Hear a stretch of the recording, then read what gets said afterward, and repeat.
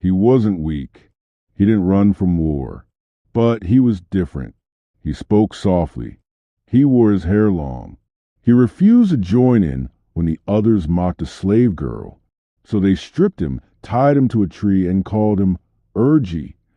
Not just an insult, a sentence. Then they made sure he would never speak like a man again. This is what happened to the men the Vikings called unmanly, and what they did to them was worse than death. A culture obsessed with honor. To survive in Viking society, you needed more than a sword. You needed honor. Honor wasn't just about bravery. It was about being seen as a man in the eyes of your clan, your gods, and your ancestors. Strength meant everything. So did rage, blood, and pride. If you didn't fight back, if you cried too easily, if your voice was soft or your body slim or your eyes kind, you weren't just different. You were dangerous. Vikings had a word for it. Urgi. It meant shameful, perverted, not a real man. And once someone said it about you, you had two choices: fight or be ruined. The word that could destroy you. In the Viking world, words had power. Calling someone Urgi or Arg wasn't just an insult. It was a legal accusation. It meant you were passive in sex. It meant you lacked courage. It meant you acted like a woman. Under Norse law, if someone called you that, and you didn't challenge them to a duel, you were guilty by silence. One scholar wrote, the worst thing a Viking man could be called was not coward, but unmanly. And once that word stuck, it followed you into every hall, into every battle, into the grave. Some men killed to erase it. Others were punished in ways that erased them. Punishment by shame. Vikings didn't always kill unmanly men. Sometimes they wanted them to live, broken, humiliated. One common punishment, and it wasn't physical. It was social death. You would be cursed in public. A wooden pole, carved with runes and a horse's head, was planted in the earth. It faced your home. Your name was carved into it. It told the world, this man is not a man. People would spit when they passed your door. Women would cover their children's eyes. You would be cast out of your village, and your name would not be spoken again. No blood spilled, just a life erased. A law with no mercy. Icelandic law records from the 10th century show how serious this was. If a man accused another of being Urgi without proof, he could be outlawed.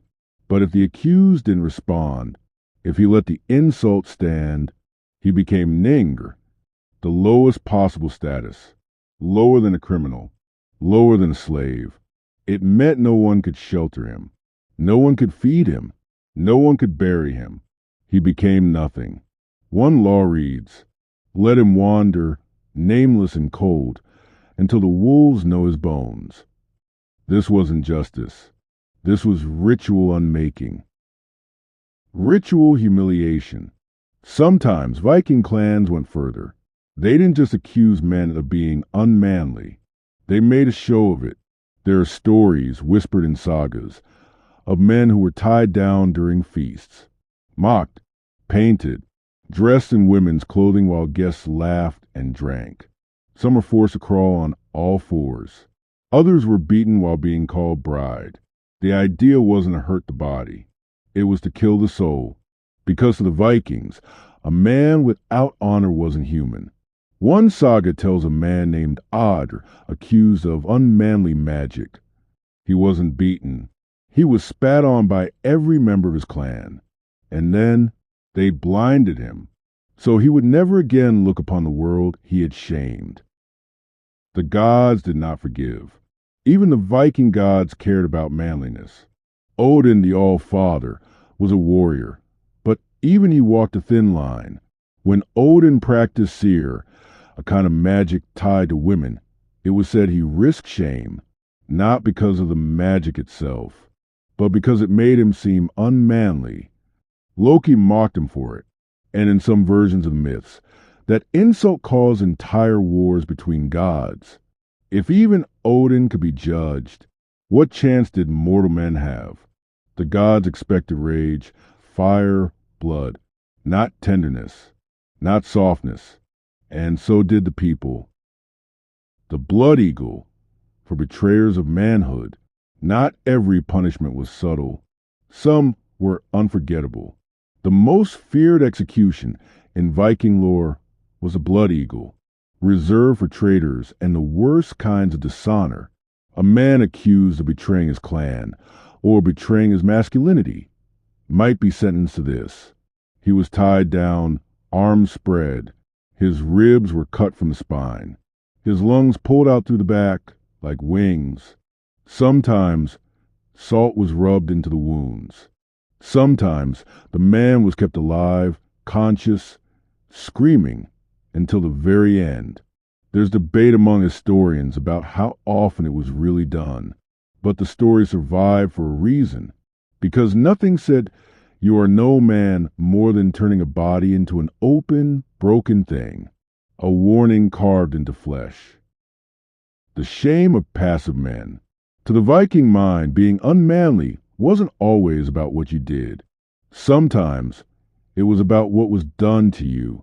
A man who let himself be touched, controlled, or dominated, especially in sexual ways, was seen as polluted. Even in battle, if a man was captured and not killed, his survival was sometimes seen as weakness.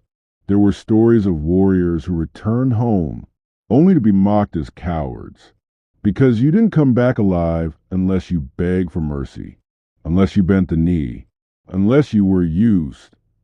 And that stain couldn't be washed off, no matter how many battles followed. The mock wife. In some recorded rituals of punishment, an unmanly man was forced to become a bride, but not in ceremony, in humiliation. They would strip him, dress him in torn linens, put a wreath on his head, and chain him to a post in the center of the longhouse. Guests would pass by, throwing food scraps. Some would spit, others would whisper crude jokes in his ear. And then, as the fire dimmed, a mock groom would be brought forward. The rest is only hinted at in the sagas. But what's clear is this: these men were not just being shamed, they were being rewritten, turned into what Viking society feared the most: a man who acted like a woman. Exile in the snow. For some, death would have been mercy. Instead, they were given exile. Outlaws Names. Men cast out into the wilderness with no name, no home, no protection. In Viking law, an outlaw could be hunted like an animal. No punishment would fall on the one who killed him. No burial would be allowed. He would be left for wolves, frozen in the hills, nameless. Some walked into the woods and never returned. Others tried to survive, living like ghosts at the edge of the world. Even centuries later, in the sagas, they are barely remembered. A single line, a name carved out, a life erased. The woman who tried to help. One saga tells of a woman named Ursa. She found a wounded man, thin, broken, his voice barely above a whisper, wandering near a farm. He had no name, no sword, just empty eyes and frostbitten hands. She fed him, let him rest near a fire. But when her husband returned and saw the man's soft hands, he knew.